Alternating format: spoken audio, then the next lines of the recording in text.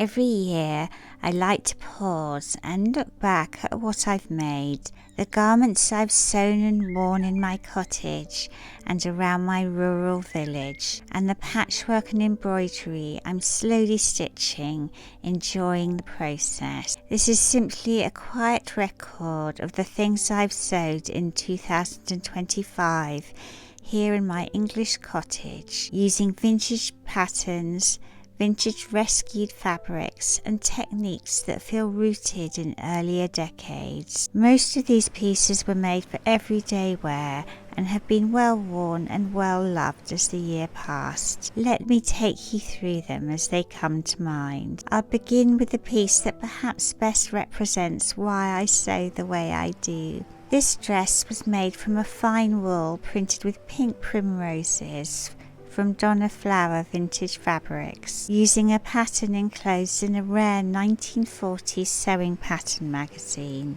These magazine patterns are rarely used today, but they're incredibly revealing. They show what women were actually making at home.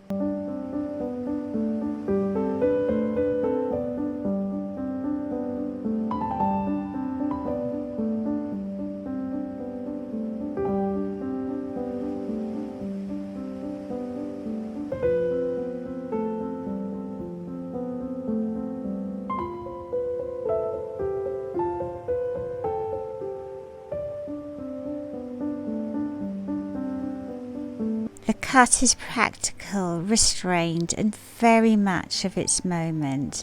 It's the sort of dress that would have been worn repeatedly, mended, altered, and relied upon, and that to me is where its beauty lies. I added vintage millinery flowers to the bodice as a corsage. Initially velvet anemones, but then I found pink primroses that perfectly matched the print of the dress.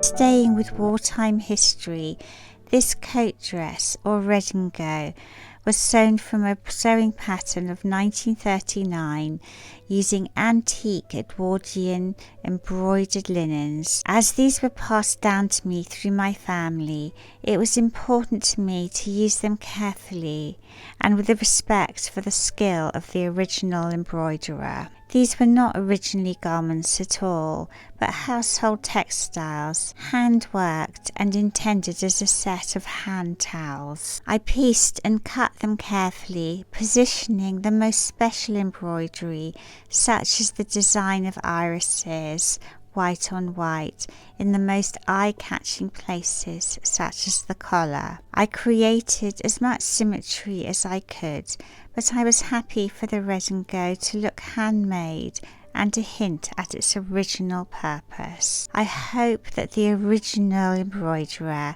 would rejoice in her beautiful work being seen rather than stored away in a cupboard. I wore the redingote for a day punting in Oxford, one of those rare occasions where place, clothing and atmosphere seem to align. Late 1930s patterns have a softness to them just before wartime austerity truly set in.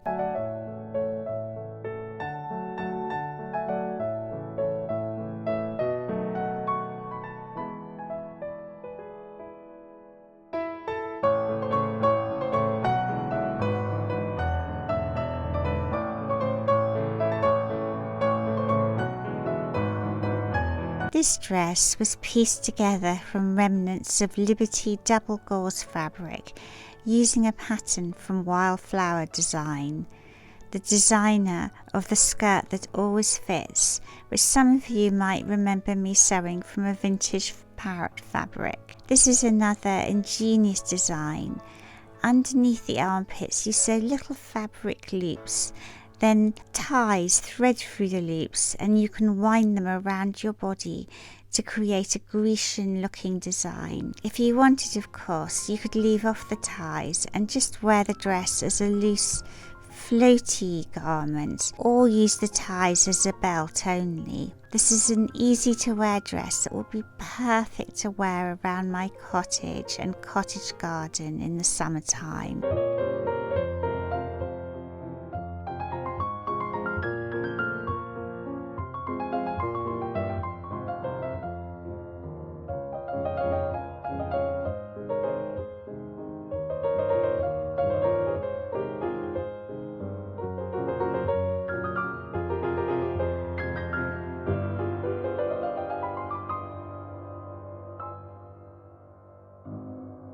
This year I also sewed a 1970s jumpsuit, which I've loved and worn so often.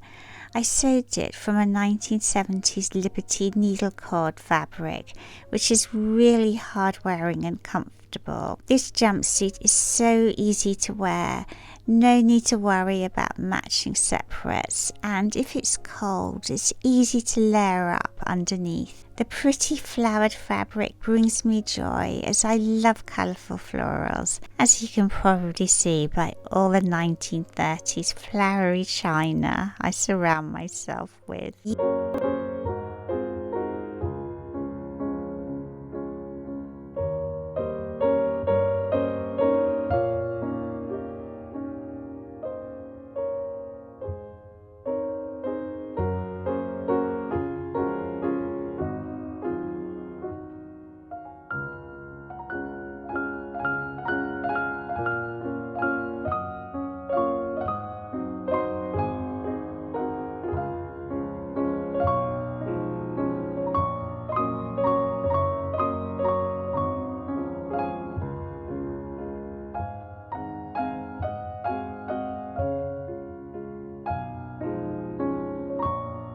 Using Edwardian and First World War inspired patterns by Angela Clayton, these two pieces, a blouse and a skirt, and actually I made a matching belt, were sewn from a grey and white striped vintage cotton from Donna Flower Fabrics. This period sits at a fascinating crossroads between ornament and restraint, and I find it really wearable. The vintage striped fabric allowed me to play with the direction of the stripes, a playfulness in design that was to become even more popular during World War II.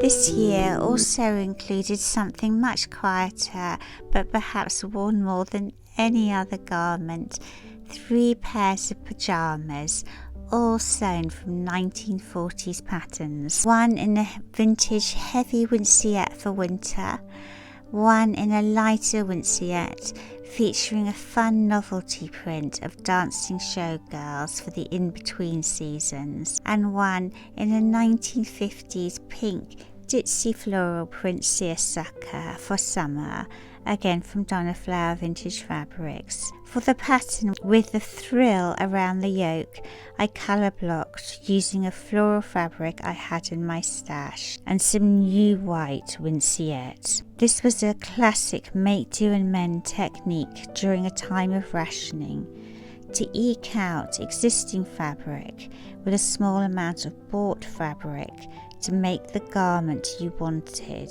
With the small pieces of the floral fabric I had left, I cut out appliques of leaping bunnies to decorate the back of the top. I used vintage novelty animal buttons to add a further playful touch.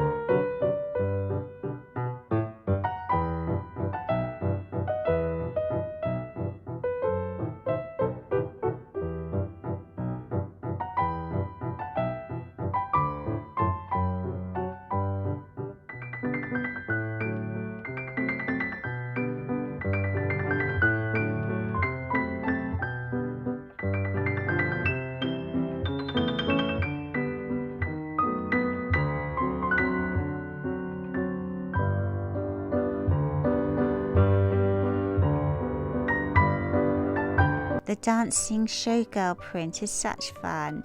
It's a vintage look modern fabric you can get from Tuppence Halfpenny on Spoonflower.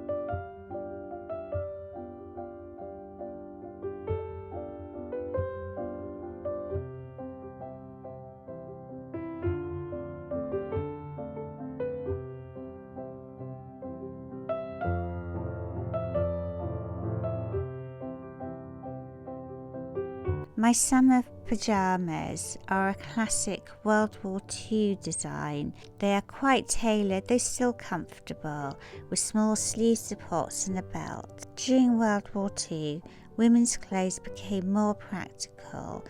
They might have to pull on a siren seat over these pyjamas.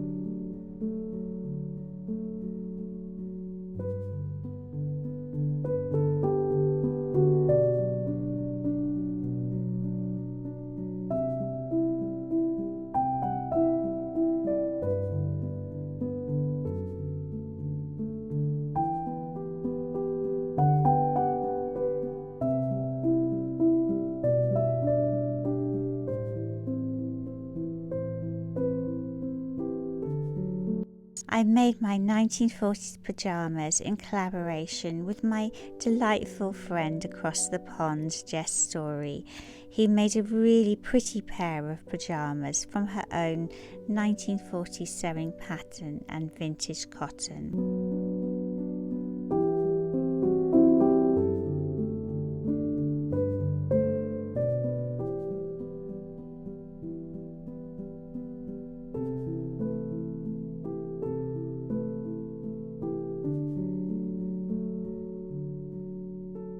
These pyjama sets feel very much part of the domestic rhythm of the year, practical, comforting and well used.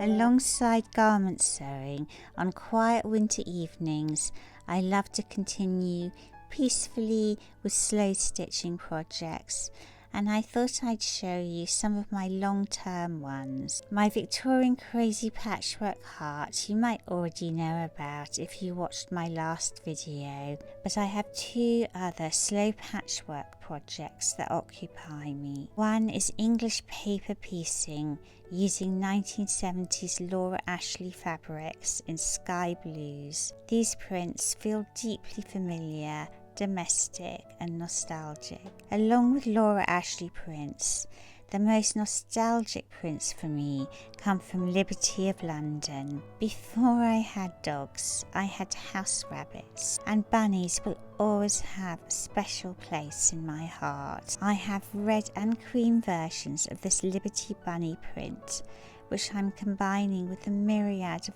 other Liberty Tana lawns to create a patchwork bedspread. I'm also embroidering in wool on this pretty puff-sleeved cardigan knitted to a 1930s Tyrolean-inspired pattern by my mother in a silk and linen mix yarn. The knit is embroidered with an all-over floral design. I'm using subtle shades of blue, cream and green, and will probably add seed beads as a finishing touch. I hope you enjoyed seeing everything I sewed in 2025. Thank you for spending this time with me and for valuing slow, thoughtful sewing as much as I do.